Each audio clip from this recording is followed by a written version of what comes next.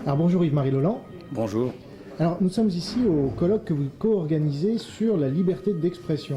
Est-ce que vous pouvez nous expliquer le cadre dans lequel c'est organisé? Eh bien, on s'est mis à trois pour organiser ce colloque. J'avais eu moi-même une idée semblable, mais j'ai pensé qu'il valait mieux le faire en liaison avec le Cercle des avocats libres de Maître Pichon, qui est tout à fait remarquable, et également le collectif parlementaire pour la liberté d'expression, qui a été créé, comme vous le savez, par Lionel Lucas, député. Voilà, on s'est mis à trois, et l'idée, c'est donc de faire savoir à l'opinion publique, et derrière l'opinion publique, de faire savoir au gouvernement qu'il est en train de se créer en France une atmosphère pestilentielle, insupportable, de chasse aux sorcières, où grâce, si l'on peut dire, à l'action d'un certain nombre d'associations qui se prétendent antiracistes, n'importe quel propos, aussi innocent, aussi léger qu'il soit, sert de prétexte à une action en justice. Alors évidemment, la justice se trouve confrontée avec un déluge de plaintes de ce genre.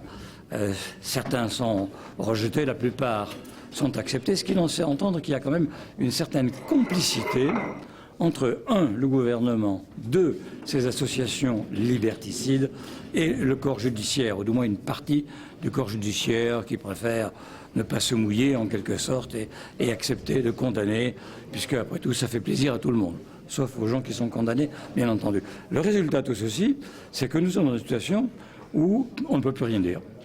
Je cite des exemples que vous connaissez, ils sont tout récents. Il y a eu la condamnation de Brice Hortefeux.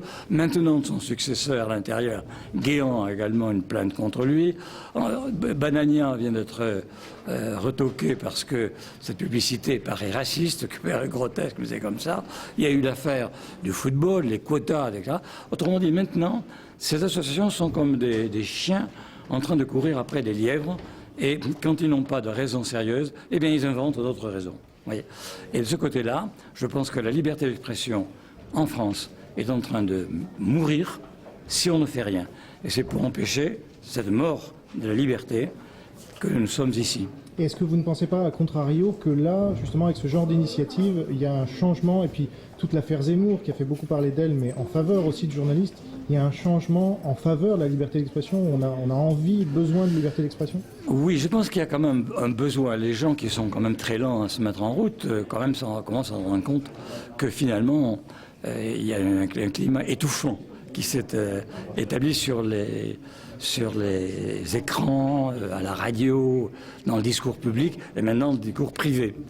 Donc les choses évoluent un petit peu, mais là n'est pas le problème. Le problème, c'est que le gouvernement reste terriblement inerte. Mon point de vue, c'est que puisque ces associations sont grotesquement financées par l'État, vous le savez sans doute, à raison de 80-85%. Il y a une poignée de militants qui reçoivent un pactole des collectivités locales ou de l'État. Ça veut dire en compte que ces associations sont, de fait, le bras séculier de l'État. Car il est soit complice, soit indifférent, soit aveugle.